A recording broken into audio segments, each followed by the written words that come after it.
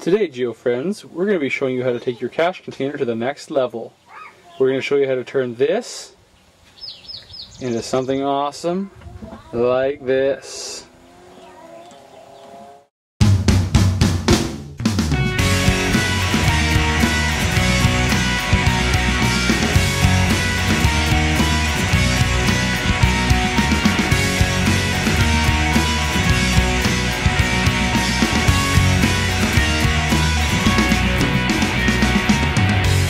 Today in our little video we're going to be showing you how you can create this kind of camouflage effect with plain old boring old lock and lock containers just like this one. The reason I like these containers so much is because they have this wonderful little gasketed seal along the lid that keeps out water. It does a really good job of locking out the elements to make sure that your cache does not get waterlogged. So when you're getting ready to spray paint your container, what you want to do is you want to get outside, of course, and into a nice ventilated area, and you want to make sure that it's a calm day so that you don't get back spray on anything. And you want to have yourself a place that you can spray freely and not to get wrecked. So you can either lay newspaper down on the ground, or in this case I just use a Rubbermaid tub upside down, and works really good.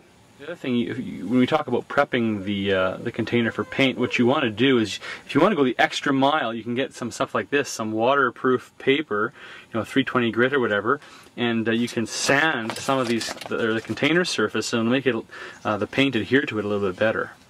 Okay, so after you take your sandpaper to your container, you can see it's kind of all buffed up there and roughed up, and it's really going to make that paint stick all that much better. So if you want to go the extra mile, you certainly can do something like that.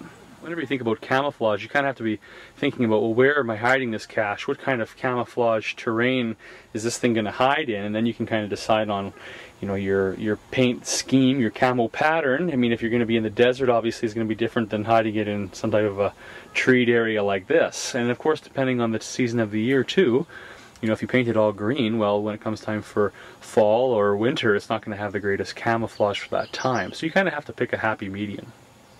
It doesn't really matter what particular spray paint you use. I love this stuff from Krylon, this camouflage stuff, but as long as you want to try to get something that is ultra flat or as close to flat as possible for the finish, it doesn't shine, and it really keeps the, when the sun shines on it, it keeps it from being revealed, so it maintains your camo. Okay, so we got the base coat on, nice thick brown, and the thicker you put this on here, the longer it's going to take to dry. So I tend to go pretty light with that first coat, but enough to make sure that you really get a good solid coverage of all of the surfaces. So then once your base coat's dry, what you got to do is get your camo pattern. So you can get a custom made camo pattern off the internet or make one up out of whatever, but I mean, I just like to find something close and local. So I got some leaves here, and we're going to spray paint another stage of the camo pattern. Looks something like this. I've sprayed with kind of flat Krylon green, and then when you pull off your product, you're left with that color underneath. Okay, so that's basically the concept that we're going for.